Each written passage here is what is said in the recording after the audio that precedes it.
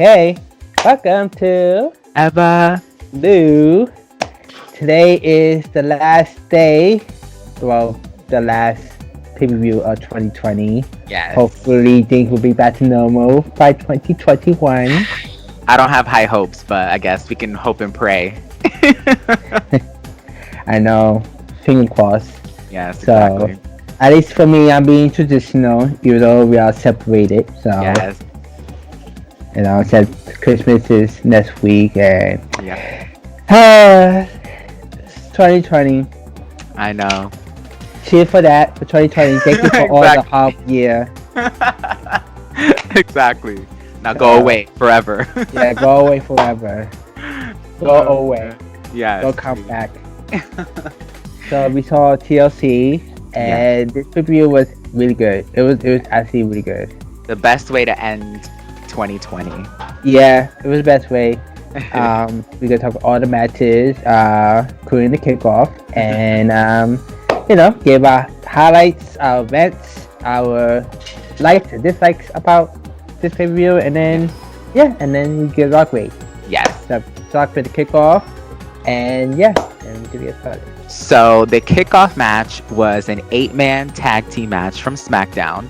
It was Big E teaming up with Daniel Bryan, Chad Gable, and Otis against King Corbin, Sami Zayn, Cesaro, and Shinsuke Nakamura. And this was a pretty good match. It was good. It was a good back and forth, exciting match. Like there were no slow spots. Like it was definitely it was an entertaining match for sure. Yeah, it was like a last minute kind of thing. Yeah. Because with Big E and Sami Zayn had that little rivalry. Yeah. And then Otis and Chad Gable got the little rivalry with Shinsuke and Cesaro. Yeah. And Baron, that's Platinum. Not supposed to be Dominic and Rey Mysterio, but exactly. But Murphy, but Daniel Bryan, I'm like, okay. Yeah, exactly. Yeah. But no, it was a good match. It wasn't it wasn't too long. It was only like maybe 10 minutes or so, and it was a good back and forth match. But in the end, Big E's team wins when Big E actually pinned Sami Zayn. So obviously, of course, we know that this is where it's heading, like for the Intercontinental Championship, Sami Zayn and Big E. So they announced on SmackDown after Christmas that we're gonna have a Intercontinental Championship. So. Right, exactly. So that should be interesting. So we're gonna talk about the first match of the main show. Yeah. The first match is the WWE Championship between AJ Styles and Drew McIntyre in the TLC. This match, it was kind of boring at first. Uh-huh. It dragged so long. I'm like, right. I mean, because I know AJ is a heel, but it felt like they just waited in the moment until Miz comes out to all this to get excited. Yeah, exactly. It was like one of those matches where like you knew like something was gonna, especially with Miz, like you knew something was gonna, either he was gonna come out at the end or he was gonna insert himself. So I think like people were just like waiting for it to happen, and like everything else was just like okay. Like they tried to make it like good, like when they kept putting like when AJ went through the table and they just kept going. It was like a back and forth kind of match, and then it wasn't. Yeah, but then it just started to pick up once.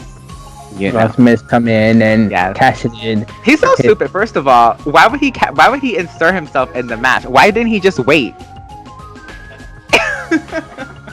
Why did he just wait? That was a mistake. That was his mistake. Exactly, a mistake.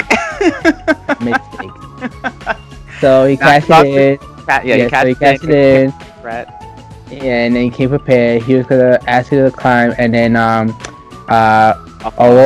almost came in, and he grabbed Miz by like a baby. Yeah, he grabbed him like a baby, and he just like threw him onto the table that was outside the ring, and then John Morrison tried to hit Omos with a steel chair, and the chair broke. Yeah, that was crazy. It broke. I was like, how? Like, and he didn't flinch. Like, he didn't go forward. Like, there was it was just like this. Like, and he just stood there. I was like, wow. He's like the Terminator. And then he turned around and he was like stalking John Morrison to the back. so that way, he wasn't out there when everything else happened. And then, so it became triple threat. Yeah. And that's what started to get more exciting, Right.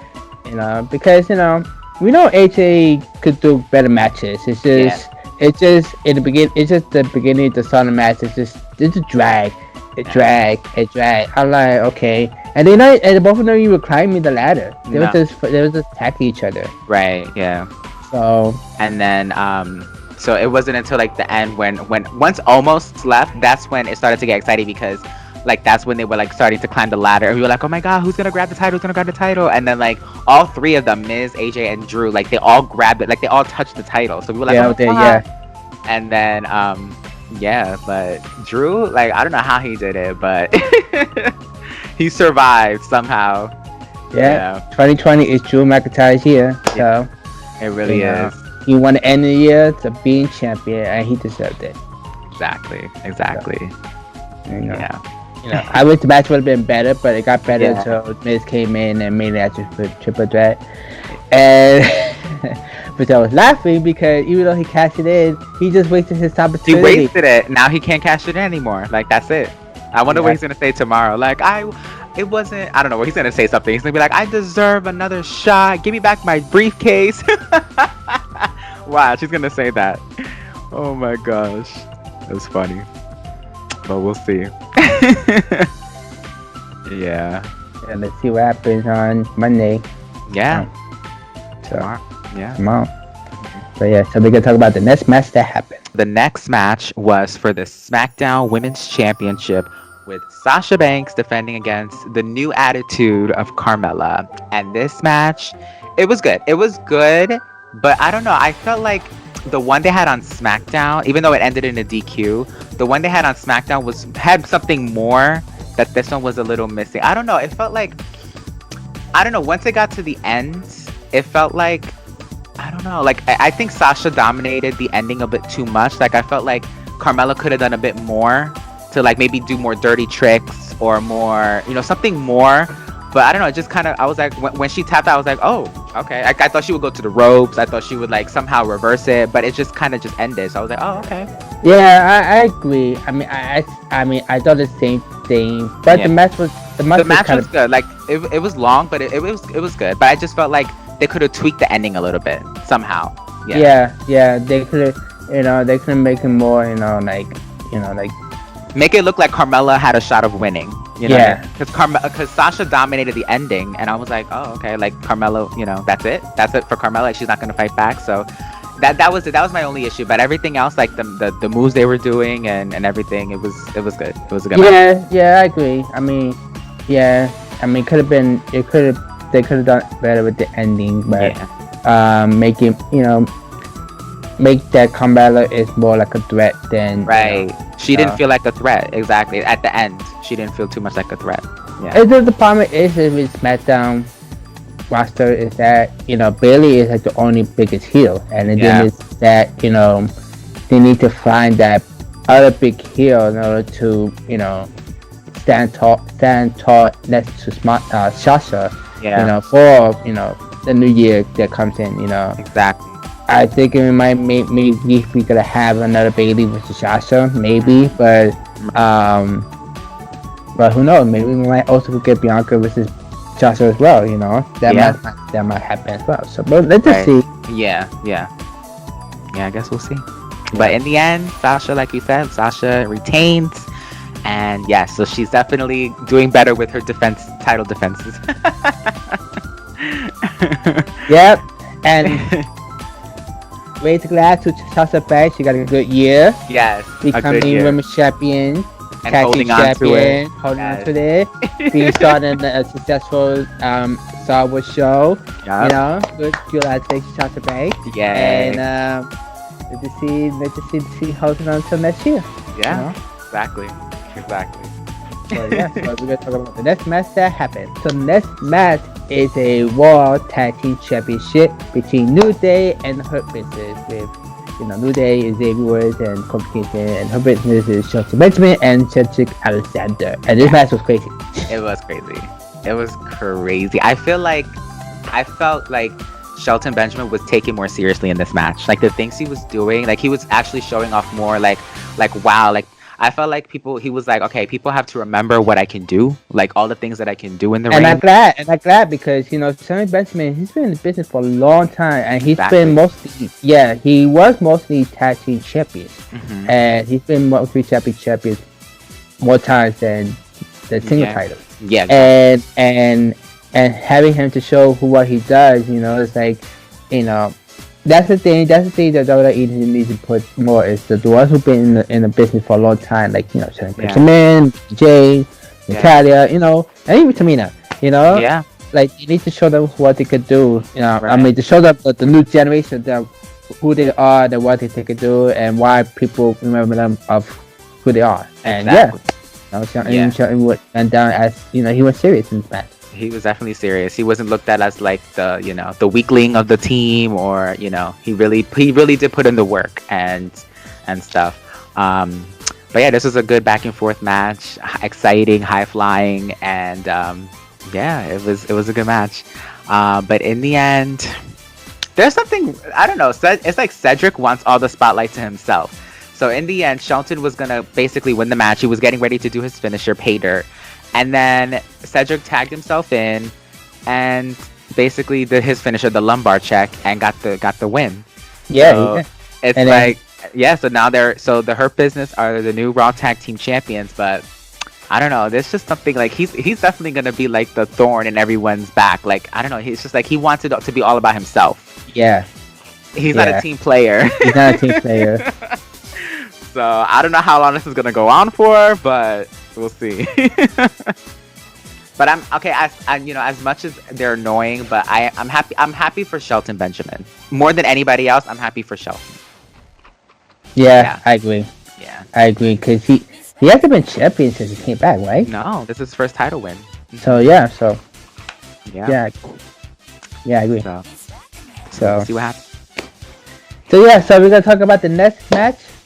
So the next match was for the Women's Tag Team Championship with Nia Jax and Shayna Baszler defending against Asuka in a handicap match. No, just kidding. There's speculation to know who is Asuka, tag team partner. Her partner after what happened. For those of you who don't know, Lana was taken out on Raw, so we were like, who's gonna be her partner? Was it gonna be? So I was guessing.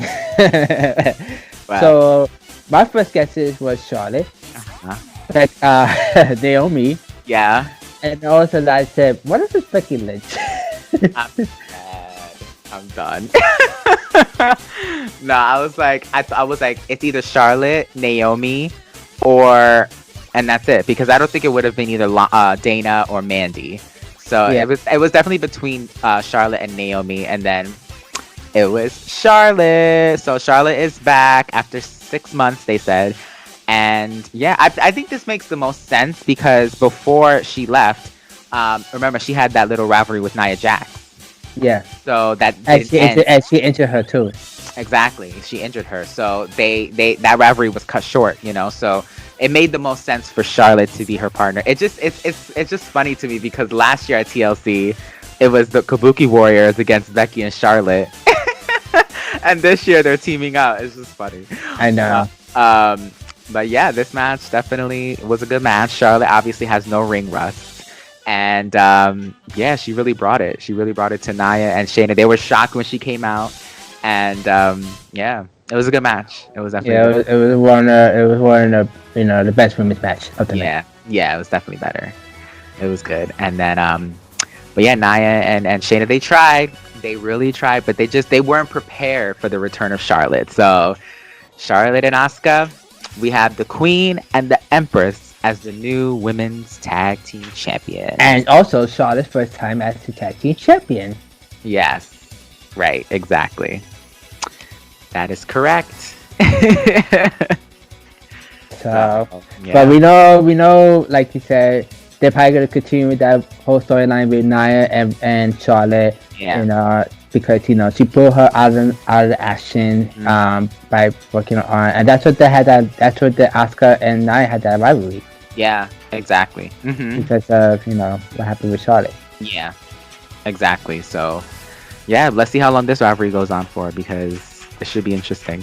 Yeah. And we'll see what's gonna happen with the Raw Women's title. Like, I don't know. I mean, especially we have the Royal Royal Rumble. Yeah, Yeah. yeah, the Rumble. So we have Royal Rumble coming up in the last day of January, January 31st. So, yeah, we'll see what happens there. Yeah. Let's see who's gonna be the number one contender. Well, who is going to WrestleMania? Who she's gonna choose? You know. Right, exactly. And we'll see if the rumors of a specific return coming at Royal Rumble, that she's all read everything. Yes. I mean, she may come sooner, She may come sooner, because I thought maybe she was probably another possibility. No, but I don't think Asuka would have chosen her. Yeah, and plus she would probably still be a heel, so. That's true. I see her on SmackDown, to be honest. Yeah, but especially after, especially with Billy Kay. First of all, Billy Kay. Oh my god, that was funny. So earlier in the show, Billy Kay tried to come up to Asuka and say, "I would love to be your partner," even though she's on SmackDown. But I mean, I guess it doesn't matter because of the women's tag team titles. But she tried to come up to Asuka and convince her to choose her as her partner. She gave her resume, and then Asuka was like, "Okay, I'll take a look." And she looked at her resume, and she was like, "You are not ready for Asuka." And so Billy's like, "What?" And she even made a mask. She said, "I even made a mask," and it was like a paper plate. I know, I was like that. It was like a paper plate with a stick. I was like exactly. I was like, I'm done. And so, yeah, Billy Kay got turned down, and on SmackDown she teamed up with Tamina. But you notice that every time she finds a new partner, she's the one that gets the loss. Like, she's the one that gets pinned, and stuff like that. So I don't know what's gonna happen with Billy Kay, but yeah. So we have new women's tag team champions, and we'll see what happens tomorrow. Yeah, let's just see what happens on Raw, the SmackDown, Exactly. Let's see who Charlotte and Asuka is gonna face, knowing that, like we said, the packet have a rematch with Shayna and Nia. Yeah, I won't be surprised. Yeah. And knowing Nia, you could say, "It's not fair, Charlotte's not supposed to be back, They're gonna be like, "We weren't prepared. You know what?" And so I won't be surprised if the rematch happens tomorrow, just because they feel like they're gonna be like, "We need a rematch. We weren't prepared, but tonight we are prepared." And then they're probably gonna have a rematch. Yeah, literally. So we're gonna talk about the next match that happened. The next match is another TLC match with the Universal Championship with Roman Reigns versus Kevin Owens, and this match was crazy and frustrating at the same time, because how the hell did Roman keep getting up after everything? The part where he tried to steer Kevin Owens into the barricade and Kevin moved, he got up like 2 seconds later. How? I don't know. And Kevin was close. He was close. Multiple times. Like 5 times he was close. He grabbed it. And he didn't pull it down. I was like, what are you doing? I'm like, hurry up, and then this jackass came up. I'm like, oh god. He kept interfering like twice. I was like, are you serious? And then earlier in the match, Kevin like stomped the chair on his leg. So I was like, how is he walking around right now? I was frustrated.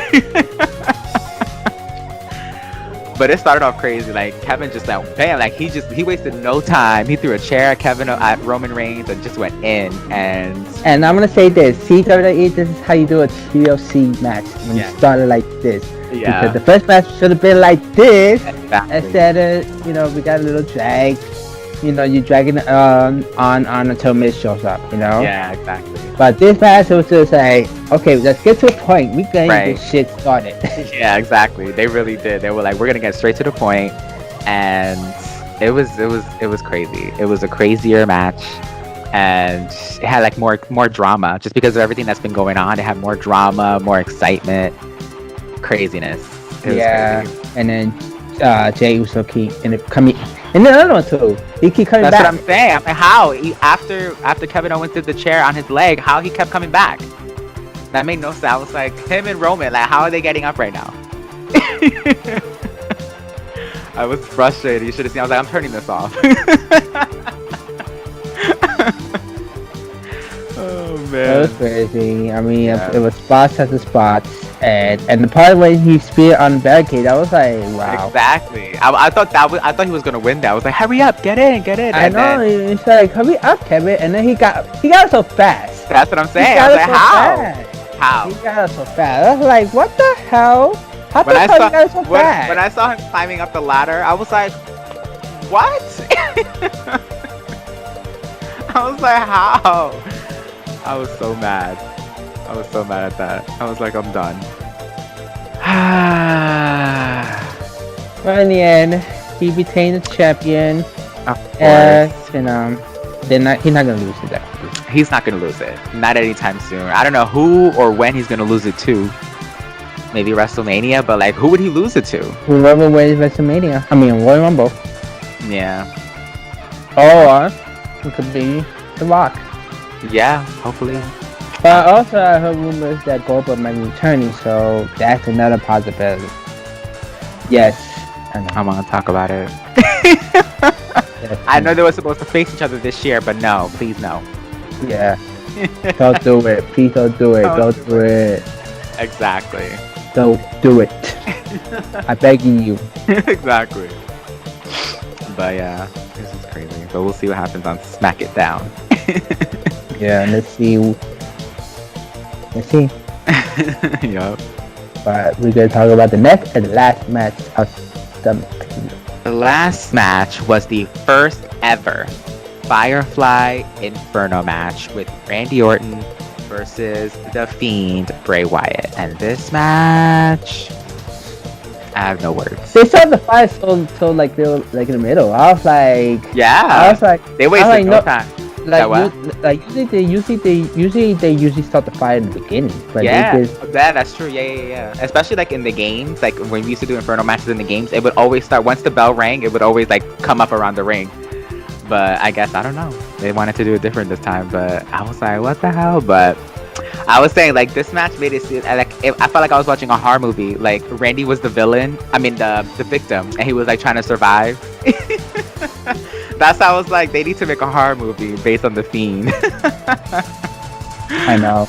I was like, damn. And I also glad it was not cinematic because when I heard about this match, I was thinking to myself, I thought it was. I thought it was gonna be In cinematic. my mind, I thought it was gonna be cinematic. Yeah, that's what I thought too. And 'cause I thought the fight was gonna be CGI and stuff like Right. that, but everything was just organic. I was like, okay. yeah, it was. I was like, wow, that's crazy.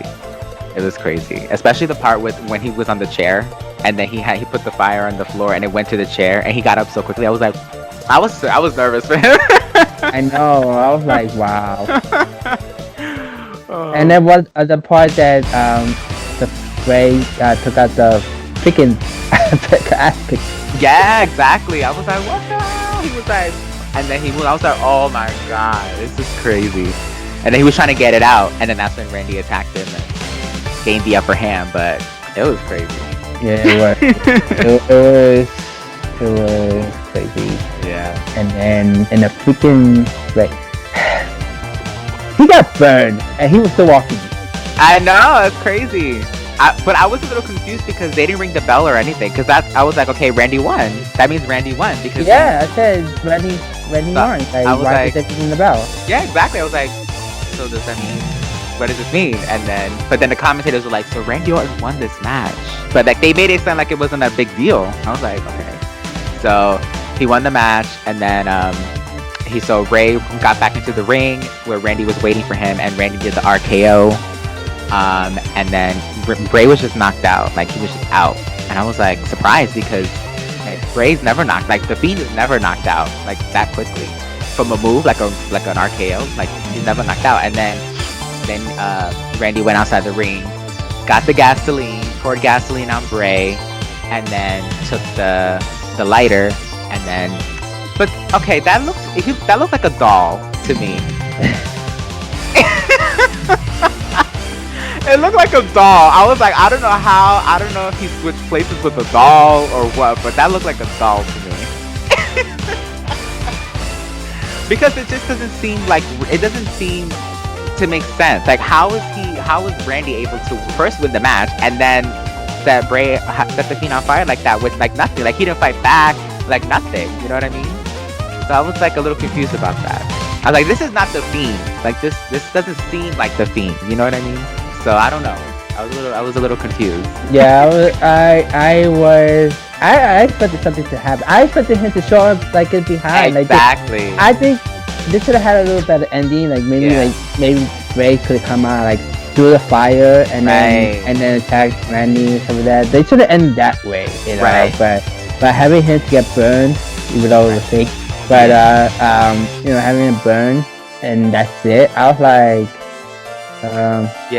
that's like anticlimactic ending. It was anticlimactic, exactly. I'm like, okay, this doesn't seem like it doesn't fit the character of the Fiend to just go down like that, like just like that, you know. So I was a little confused about that, but it was a good match. But just the ending again was just a little weird to me. Yeah.